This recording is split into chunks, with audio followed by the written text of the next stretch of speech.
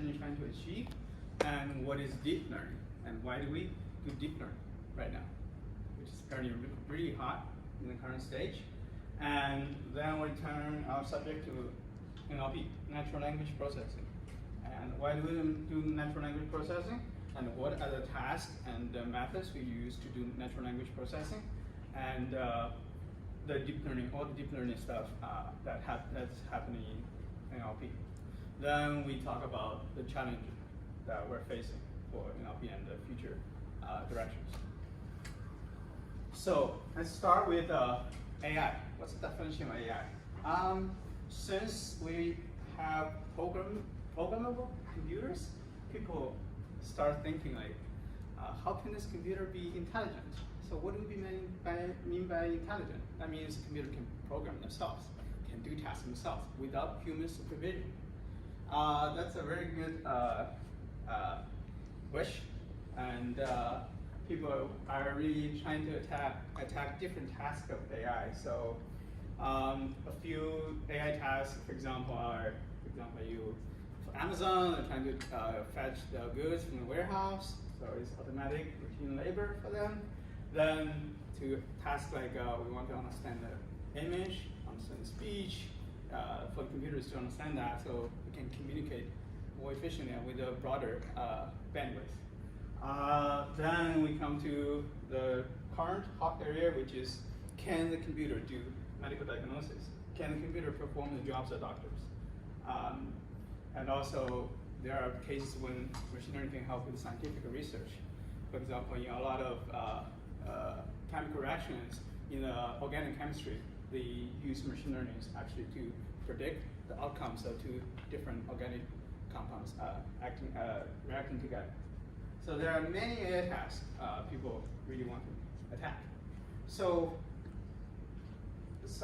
what have we achieved so far for AI? Actually, computers are really good at doing routine tasks. So the tasks that you have a clear definition of the rules of the or the process. That is very straightforward for computers to do, and they are actually relative. It's kind of hard for humans to do. They are actually being solved.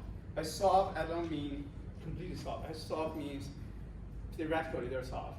So we know that chess was in 1996. I remember IBM came up with the Deep Blue, actually beat the chess champion. So chess was relatively, it has a very clear defined rules, clear defined winnings.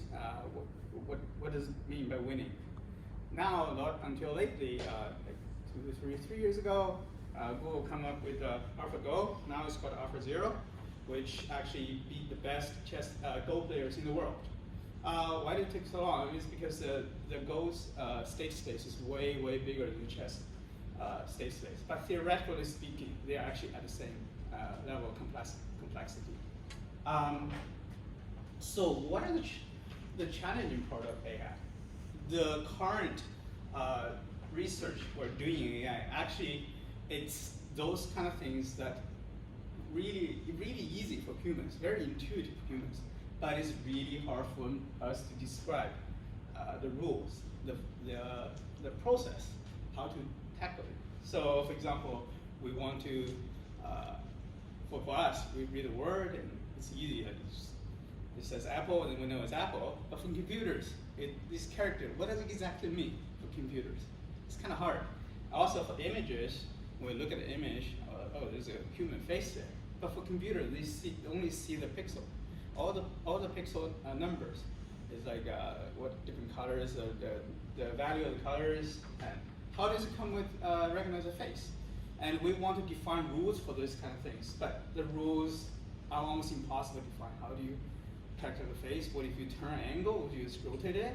Then the computers, there's no way to us to define a clear-cut rule for computers to perform this kind of task. That's the current direction of AI, actually. So what kind of approaches have historically has been attempted for AI? So we know there is before machine learning, there is something people tend to do with the hard-coded knowledge base. So use this, for example, you do some kind of programming, some part of like, you want to write a program to do a calculation of a complex equation. And you have this definite answer, just goes many steps and produce an answer. So it's actually very easy, the hard-coded knowledge base. But there are few, it is actually failed right now. Why does it fail? Because, as I mentioned, for computers, the example is that for computers to recognize an image, it's really hard to define the rules. And it's impossible. The second one is the rules actually change. It evolves over time. So that's why we actually come to machine learning. So the machine learning, the idea is basically we want machines to acquire those kind of expertise, those kind of rules, those kind of things by themselves, instead of us designing for them. So what exactly is machine learning? Machine learning actually comprised of many parts. I just give a brief picture of the processing of machine learning. So we need a set of data. This data has to be some sort of related to the future task we want to perform. And we need some kind of machine learning algorithm to come up with a model or a few models within a model family to pick those models that work really well for them, for the data. But we also want it to be good at the data that we haven't seen in this pool. So we need this to be very good at prediction. Also, by looking at the prediction, we can come back and adjust our model to make it better. But of course, there are many, majority of people we know, there's the separation of training set, dev set, or evaluation sets, and test set. So you should never put in a test set in any kind of process here, always outside of this process. So the key components for the entire machine learning practice are data. There's one rule of thumb is garbage in, garbage out. If the data is garbage, whatever algorithm we have, it's going to produce garbage.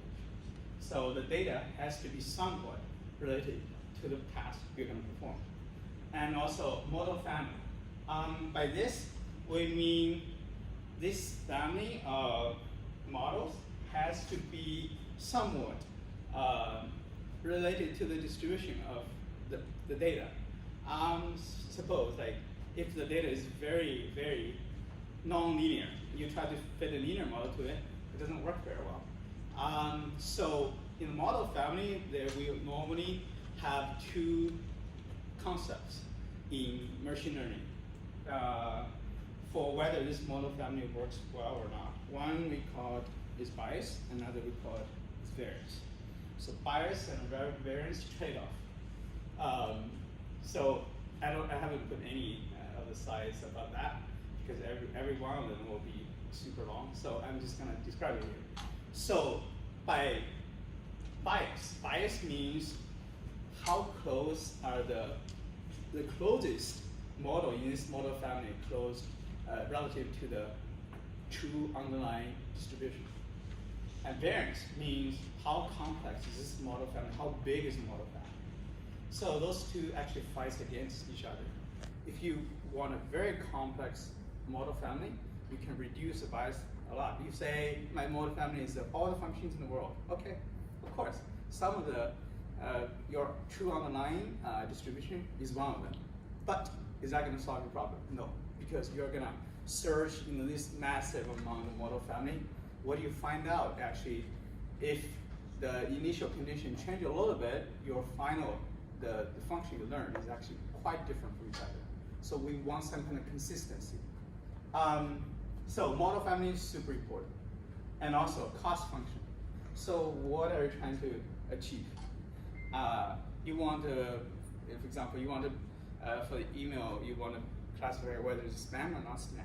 So this is a cost function. So if it's spam, then you classify it as spam, successful.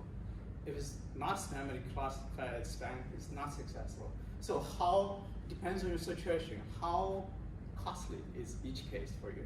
Maybe you need to define the cost for each of the cases. And also the optimization algorithm. So for your cost function, you need to you define the cost function, and for your model family, you have a bunch of parameters. How do you search within the model family, find the best parameter for your cost function? So that comes up to optimization algorithm. So that's basically the entire framework of machine learning. And what are the machine learning tasks? So we have like regression, as you know, the linear regression, or whatever like model family you want to fit. So there are classification, for example, logistic regression, which is ironically called regression, but it actually is classification. Then imputation. So suppose you have a bunch of tables, and some of the fields in the table is missing, and you want to figure out what exactly those things are. So you do imputation. And there's transcription. So example is like speech recognition. You speak something, you want to transcribe into the text form. And machine translation. Apparently people speak different languages. You translate from English to French or French to Chinese. All those different tasks can be achieved by machine learning. Then synthesis. So how do we teach machines to speak? Some people have speech disabilities. So how do you make the machines to speak for them? One interesting fact is Stephen Hawking. Everybody knows Stephen Hawking. So that chair at IBM made for him can synthesize his speech based on his signals in his body. So what are the different categories of machine learning, practice of machine learning? So definitely there is a supervised learning. By supervised learning, we mean we have a clear defined, so you have X, you have a clear defined Y, and you're trying to fit a function to work really well for X, going from X to Y. So there are many different models, for example. Linear regression, so models here we mean model family. There are family models. Linear regression, logistic regression, SVM. And you see all the tree-based methods, decision tree, random forest, XGBoost. Then there's an unsupervised learning. So suppose you don't have the target variable Y. So for example, you want to do a clustering of the different kinds of trees in the world, and based on what? Based on their characteristics. So you don't have a clear target, but you want to do clustering of them. So there are a few model vendors practice like a PCA, principal components analysis, and k-means, clustering, etc. Then there's there are practice in between. So right now we have something called semi-supervised learning. That means you have a lot of data which is not labeled, but you have a few data points that is labeled. How do you make use of both of them? So you do unsupervised learning on the big data set, then you use the smaller data set with labeled data as supervised signal. So that's called semi-supervised learning. Okay, there's a third area is reinforced learning. That's acute learning, the policy gradient. So the famous AlphaGo is actually based on that. And all the game playing AIs are all reinforced learning. So we talk about all these methods. Those methods are listed here are all classical machine learning methods. So by classical, I mean it's very well defined. Like how do we define features? We have features, and we go and do the prediction. So, but the problem with the real world is that it's sometimes really hard to define features as well. As I said again, suppose you want to classify an image, and you want to see whether it's a human face or a dog face. But how do you define a feature to be a human face from the pixels? It's really hard. So that's the solution is come from representation learning. How do I represent this picture into different higher level features? How do we come up with these features? So that comes in the world of neural networks. So neural networks actually came up a long time ago. But why it is getting so much traction nowadays? Because for the past 6-7 years, we have an abundance of data. We have super fast computers, and we now have all the GPUs, which, for example, GTX 1080 has like 2,160 cores compared to your regular computer, which is like 8 cores, 12 cores. So neural network can work really well because of the hardware and the data. And what is exactly neural network? Neural network is something like you have this neural network the idea of neural network actually came from studying our brain. We think our brain is made of, the brain is made of neurons. And we are trying to process information from outside the world, some neurons will have a high voltage, will send an electric signal to nearby neurons and travel to different parts of neurons. Of course, our brain is way more complicated than that, but it's a good start. So we started by having input coming in, and we're trying to use this input as a linear combination, try to figure out the add values of the different neurons there. Then you have to have an activation function. Then you can have many layers with a hidden layer. Hidden layer means layers in between your input and output. So it can be many layers. And right now, deep learning basically means a lot of layers, really deep neural networks. That's what deep learning means. And that's why we get really successful in recent years. So let's take a look about, we discussed about the original rule-based AI. Then we talk about the traditional classical machine learning, and we talk about deep learning. So this is a typical task that deep learning only deep learning can perform. So we have a picture. This is image classification. So the raw input is actually the pixel values of each of the values of each of the colors in these pixels in this picture. So then by using deep neural networks, the first layer, you will see some edges. Then going forward, you can see corners and contours, and going forward, you can see the object parts. Then finally, you can classify. So this is the attractive part about deep learning, is that it can learn the features themselves without you defining the features. So this diagram actually summarizes the difference between these different AI methods. So rule-based method, from input, you hand design the output, you produce output. But for classical machine learning, you actually have one more step, is you define these features, you use this feature, further processing, then do the output. But for deep learning, it learns the features itself. So then I will go directly to NLP, natural language processing. So what exactly is NLP? So NLP is a task of enabling the machines to talk with humans, communicate with themselves, or communicate with humans with using human language. So it's an essential part of AI because we want machines just like us, intelligent part. And one of the most important intelligence for humans is language. We speak, we talk about things that doesn't exist in the world. So how do we do that? How do we use machines to do that? How do machines generate something that doesn't exist in the world? So the NLP actually is comprised of two pillars, two main studies. One is natural language understanding, one is natural language generation. So I talk to the computer. I give you some kind of text. How does machines understand what actually do you mean by that? Then the computer needs to feed back to me using my language, not using binary codes, which I cannot understand. So why do we do NLP? As I said, language is essential for us, and we report, think, coordinate, cooperate, innovate using languages. We use language to work together.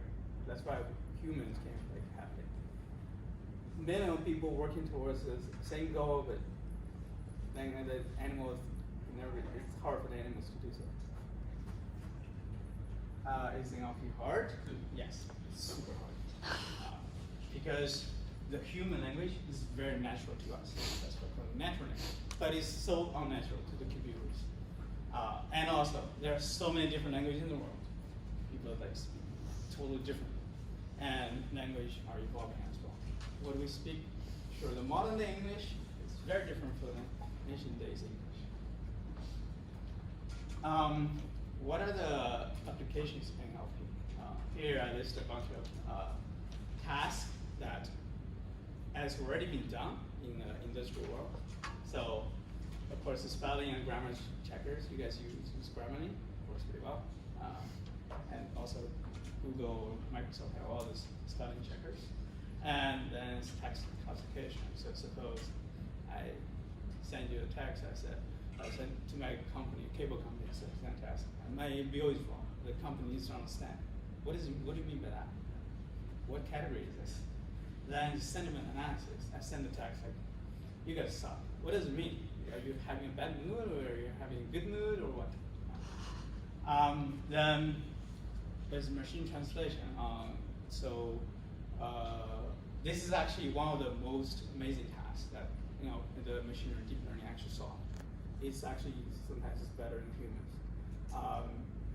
It's right now it's all. I'll tell a little bit more about the methods we use for machine translation, but it's really good right now. You can translate relatively very accurately from English to French and French to English, all these like popular languages. Then it's question answering system. So suppose you want to ask like, what is capital Greece? Of course, it's in a knowledge base, but if you ask something a little bit more difficult, I said, who has the highest who scored the most goals in some small league like Scottish Premier League, and who is like under 5 feet or 6 feet, and those kind of a little bit complicated. So the QA systems need to go and fetch the documents and get the part of the document to you, feedback to you. So this is our QA systems. Then there's a diagram system. And I don't know how many of you have watched the movie called Her. It's a very fascinating movie. So it's has a very good dialogue system. The system can understand the character's language, can understand the character's emotion, and can know how to respond. So dialogue systems are actually very popular in the industry because a lot of companies want to automate the process interacting with their customers. So how do you make the dialogue system not only accurate, you respond accurate, but also make it human-like? They don't respond like a machine. When you say hi, you always say hi back. So people are not happy with that. So how do you add some kind of diversity in this dialogue system is also a very interesting area of study right now. Then it's information retrieval. One setting example like this is that suppose you go visit a doctor. The doctor, suppose you went through a lot of medical doctors and your medical history is like super long, and you go to the doctor, and the doctor is gonna look at the medical history. Super long. The doctor cannot process all of the things at the same time. So if you can come up with a system, actually summarize information and highlight the information that is most important for the current visit and for the very important for the specialty of doctor, that would be great. Because human mind, our brain is very good at doing reasoning, but our brain is not very good at memorizing all the stuff and retrieving stuff from it. So then, of course, the speech recognition synthesis.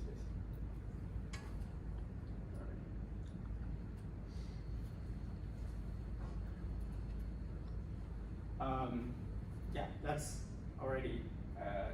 This is also deep learning is very successful in this field. Right now, the transcription is relatively pretty good. So, what are the history, or what has been done in NLP before. What was the original work done in NLP? So a lot of the original work was involved around having this bag of words approach, which means you bag of words or bag of n-grams. So each word, each phrase, you get represented by somehow. So they do one-hot encoding. So suppose you have a vocabulary of all English words. Suppose like, I don't know how many of them, maybe 300,000. Then you have a 300,000 dimension vector. So for A, starting with A, you have one, or you can encode it a different way, but it's one-hot encoding. So why we're not doing that anymore? Because it has a lot of limitations. First, the dimension is super high if your vocabulary is high. And it's hard for the computer to store those kind of dimension vectors. And the language are evolving. So suppose you add another word to this vocabulary, then everything has just been redesigned. And it doesn't capture the semantic or syntactic relations. For example, cat and the dog and maybe a rock. I mean, from the one-hot encoding, they're equally like far away from each other. But cat and dog are similar, way similar than cat and the rock. So how do you capture that? That comes into the practice of word embeddings. We also call them dense vector representation of words, or distributed representation of words. So there are many work has been done on this field. This is about 6 years ago, 7 years ago. There are word-to-back, there are glove embeddings. You can also achieve a similar performance with matrix factorization of the co-occurrence matrices. So what exactly is word? So let's talk about these three are pretty much similar to each other. Since I just go brief overview to word-to-back. Word-to-back actually have two different flavors. One is called continuous bag of words. Another one is called skip gram. So continuous bag of words basically assume like each word already have some kind of dense representation. That means like the representation of word is by a lower dimensional vector space in the vector. So for example, 300 dimensions. So you're trying to use the surrounding words to predict the word that in the center word. So that's continuous bag of words. But skip gram actually I would say is a much smarter algorithm. Actually, you're using a center word to try to predict the surrounding words. Why do I say this is a smarter algorithm? Because they use negative sampling. So, for example, I have one word is close to my current word, but actually they randomly pick other words from this vocabulary which is not in this surrounding list world, and as a negative sampling, and they define cost function which is actually way easier to optimize than the continuous bag of words, which has you guys know the softmax. If you're trying to softmax, you do a softmax over all entire vocabulary of words. It's really hard to optimize. That exponential, the sum of the exponentials is really hard to calculate, and it's very expensive to calculate. But for skip gram, that function is really easy to optimize. So that's why normally when you do word-to-back, it's just like skip gram. So what are the results of word-to-back compared to the one-hot encoding? So when you try to do some kind of dimension reduction for the vectors in the field, you can see that the representation of words, the king, and the word queen, and men and women, you can see the relations between them. So the distance from king to queen is the same as from men to women. Well, not distance, the vector, actually, the vector difference.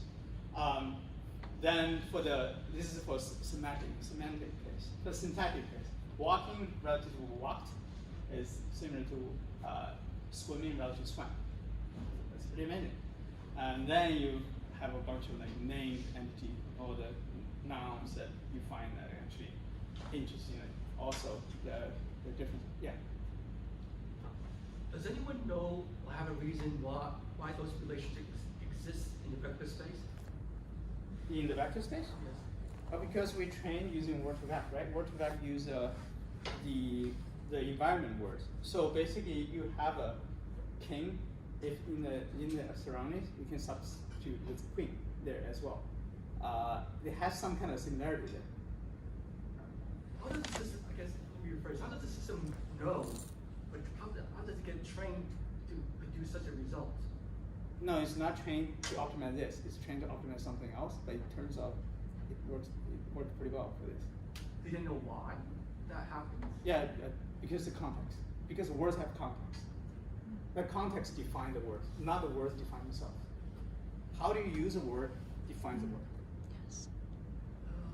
So as an example for Word2vec, I think it was Google that did it, right? They looked at a corpus of like over billions of words, and they basically saw like just kind of like out in the wild where were words appearing in different sentences relative to one another. And then once they applied these algorithms on top of it, they were able to train and deduce like, okay, how often do these words co-occur, or essentially like create an n-dimensional representation of like how these words relate to one another to establish like a proxy for meaning of the words. At least that's my understanding. Yeah. They sort of define that 300 or so like features themselves, or is that also something that? You mean the dimension? Vectors, yeah. Vectors? I mean, you can define different dimensions. Sometimes it's 300, 500, whatever. It's basically, it doesn't really, as long as it doesn't go too high or too low, it's fine. There's no, this is basically, that comes to another topic called hyperparameter searching, actually. Defined as a hyperparameter. It's actually something of, not within this optimizing algorithm, but something actually to do machine learning practice. So, okay, now we come to deep learning part. We mentioned earlier that deep learning is actually deep neural networks. So, what kind of deep neural networks are there? So you can have the original neural network, make it really deep. It's much, but you can also do architectures like this, which is called recurrent neural networks, which is very popular right now for all the sequence processing. So recurrent neural networks basically has this layer actually, which has the same weight matrix for going forward, and it has because it's a sequential thing. So, for example, the words in the sentence like go one by one by one. Each word goes into the first layer. The neural network, and then for this neurons, it will update the state because you have this input and also spit some kind of output, whether you want it or not. It doesn't matter. Maybe you don't want the output. Then another word comes in, then you update state. So the recurrent neural network has a very interesting thing associated with that is this statement, which actually means memory. For normally, neural network doesn't have this memory and doesn't update. So this recurrent neural network updates. But because you're applying this weight matrix over and over again, you know, if in mathematics, your time, if you has one number, you multiply it over and over again. If it's bigger than 1, it will go to infinity. If it's smaller than 1, it goes to 0. So for later layers, it just doesn't make any sense. So if a matrix is the same thing. So we have to deal with this thing. Right now, all the vanilla recurrent neural networks are actually replaced by some type of architecture called non-short-term memory networks. Short as LSTM, or some other network, for example, GRU, gated recurrent units, that I don't list here. So to actually put a lot of gating mechanism in this memory update and output, so actually to counter against the vanishing grid, the exploding the weight matrix or vanishing weight matrix. So this is very popular in sequence processing. And another very popular deep learning architecture is convolutional neural networks. This one is actually you actually make a convolution. So basically, you set some kind of window, you apply the convolution function to a filter to it, then you do some sort of max pooling, then you do output. So there are a bunch of could be many layers, and there are a bunch of regularization techniques involved.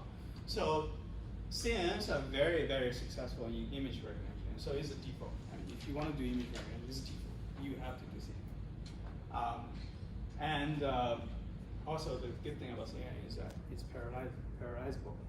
So I want to actually here, I'm going to pause a little bit. Actually, 2 years ago, 1 year ago, our company and some co-author, we co-authored a paper. Actually, we come up with a recurrent neural network architecture, actually taking into account the advantage of convolutional neural networks. Actually made it parallelizable. So it trains really fast. You guys are welcome to check on our GitHub. It's called SRU, and it's been cited a few times.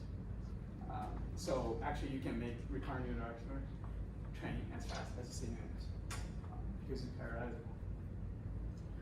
Then I'm gonna get a little bit like state of art, get into a little bit of state of art architectures. So a few years back, 4 years back, then we started coming with this sequence-to-sequence models. So basically, use from one sequence, you want to encode the sequence of words, you want to encode it in one vector, then try to decode this vector into another sequence. So for example, machine translation is one very applicable area of the study. So you have a sequence of English words, you want to encode it in some kind of vector form, then try to decode using other type of form, like French or Chinese, but they have very different grammar rules, but it works pretty well. So this is also called encoder-decode framework. But there's another thing which is really cool, is called autoencoders. So you use encoder and decoder on the same sequence and try to, so you encode one sequence into one vector and try to decode it and compare the two end results and how different are they. So autoencoders are actually very, very successful in a lot of tasks, but it's similar to this. So it's a go-to framework for machine translation, also for natural language generation as well. If you want to generate natural language, then you have to use this decoder to do that. Then we talk about attention. How many of you guys have heard of attention? Cool, awesome. Very, very, very good. So, so then let's go back to the sequence-to-sequence model. So basically, once you encoded the thing, you just leave it alone, leave the input sequence alone, then you do the decoding. But sometimes you need to look back because you just get one representation, one vector representation of the entire sequence, you lost a lot of information. Sometimes when you try to decode, you want to look back into the original sequence together with the things you encode. So that comes into attention. When you try to decode, you want to look back in the input as well.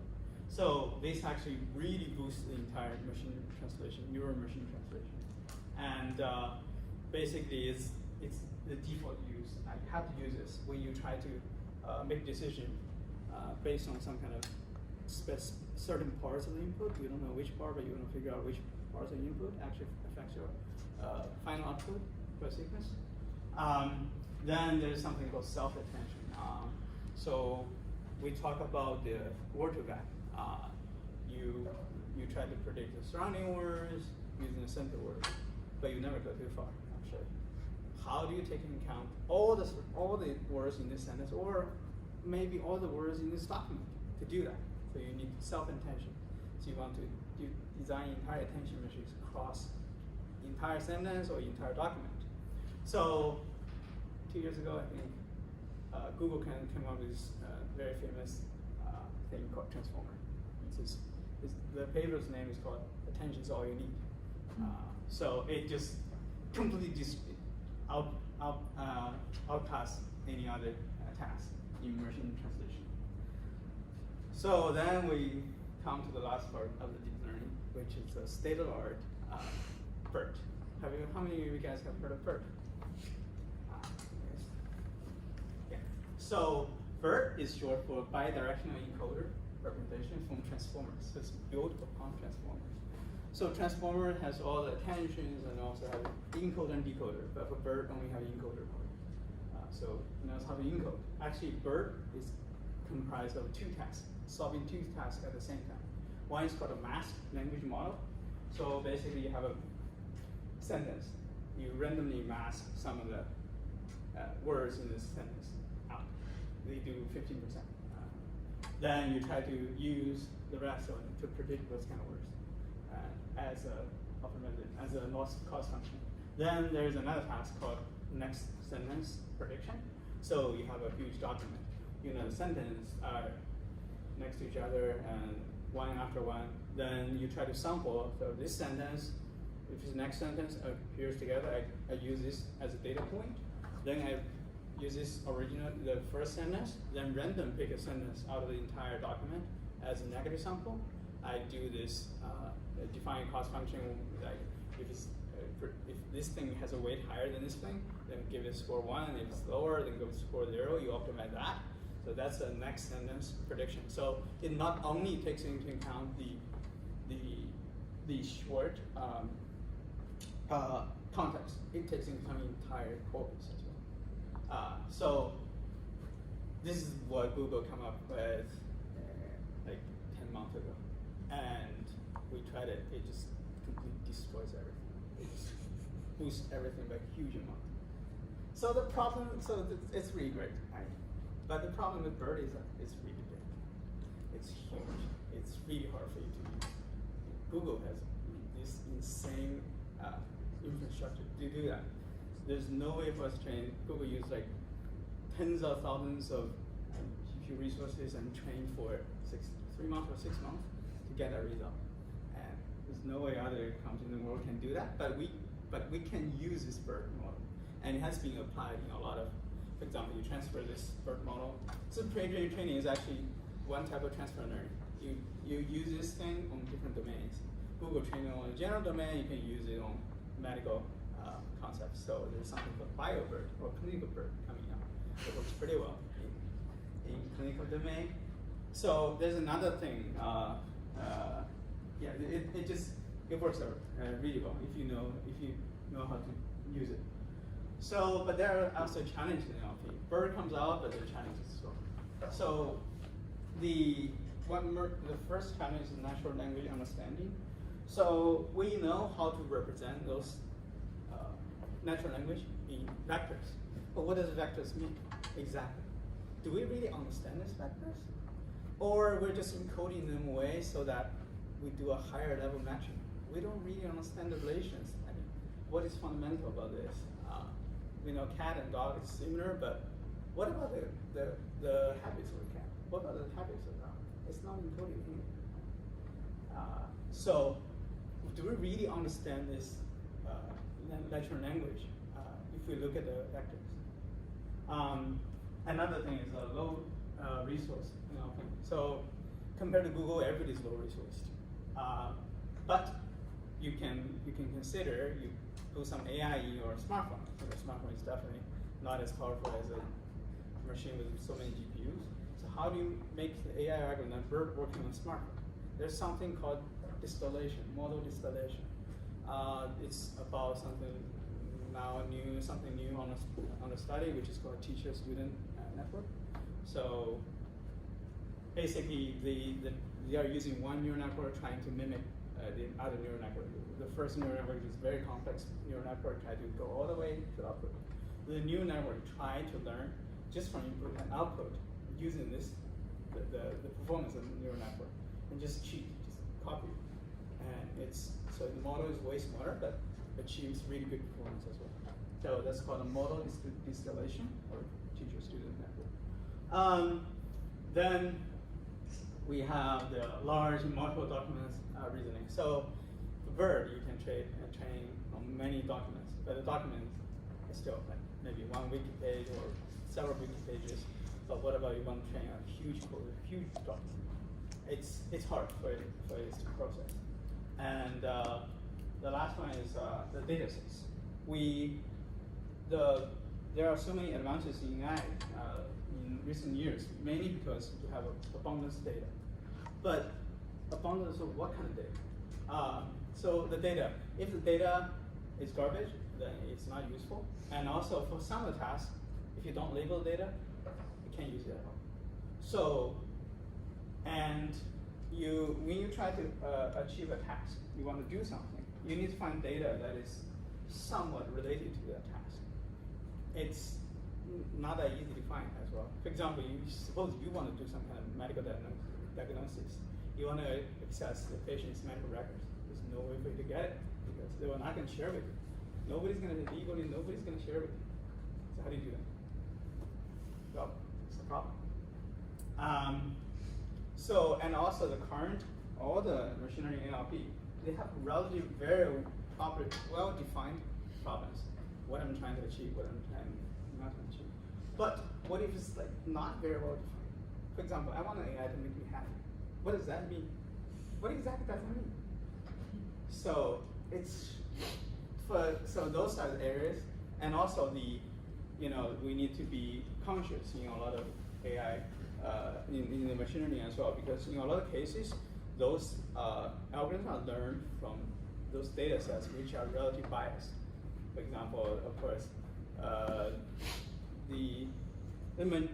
example, when you do some kind of demographic study, so for the minority group, they're not very represented in these data sets. So when you do this kind of machine learning, you will be a little bit biased. So how do you correct those kind of bias?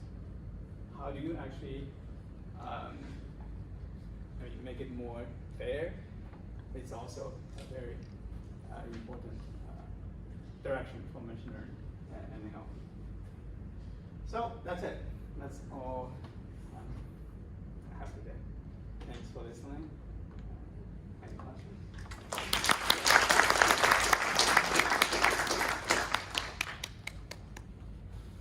Yeah. Yeah, I guess my question would be, when you do your research, I guess, do you like follow up with people that may use it like from industry and then you work with them to see how they implement it, or like what's the kind of like process from like academia to like research and to like industry adopting what you use? Yes, good question. So